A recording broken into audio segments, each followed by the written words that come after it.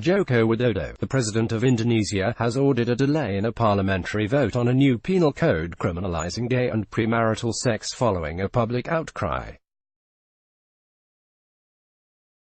Widodo said on Friday that he made the decision after considering public opinion. He said the bill should not be voted on by members of the current House of Representatives, whose terms end in early October, and deliberations should be conducted by the new legislators.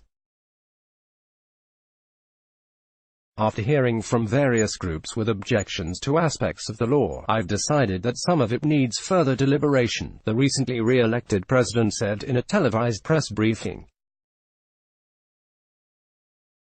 The Justice Minister has been told to convey my views to Parliament and that ratification of the criminal code should be postponed and not passed in the current session, he said, adding that 14 articles needed further review.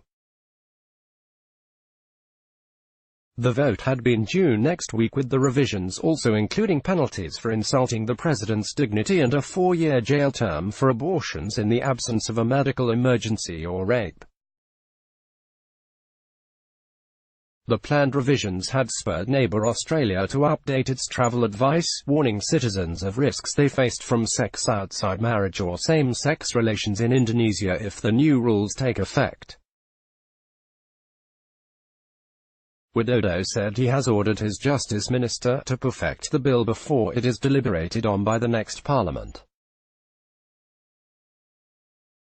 The Institute for Criminal Justice Reform, a non-government organization, welcomed the delay and urged the government to set up an expert panel to ensure a new draft is in line with the principles of constitutional democracy, and has wide public support.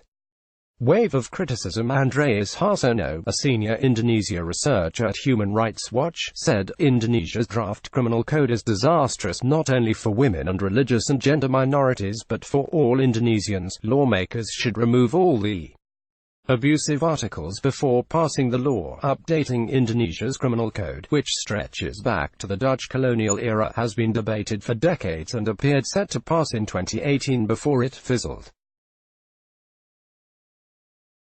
A parliamentary task force finalized the 628-article bill on September 15. The renewed push, backed by conservative Islamic groups, was met with a tidal wave of criticism from rights groups and ordinary citizens.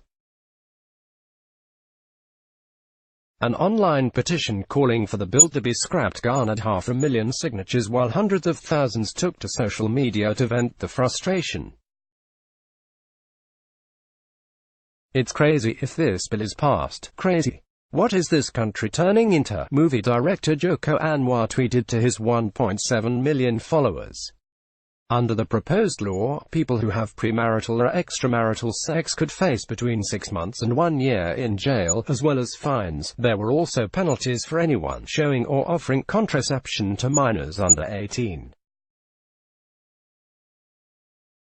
The revisions appeared to bar parents from teaching the children about sex or contraception in favor of authorized government workers.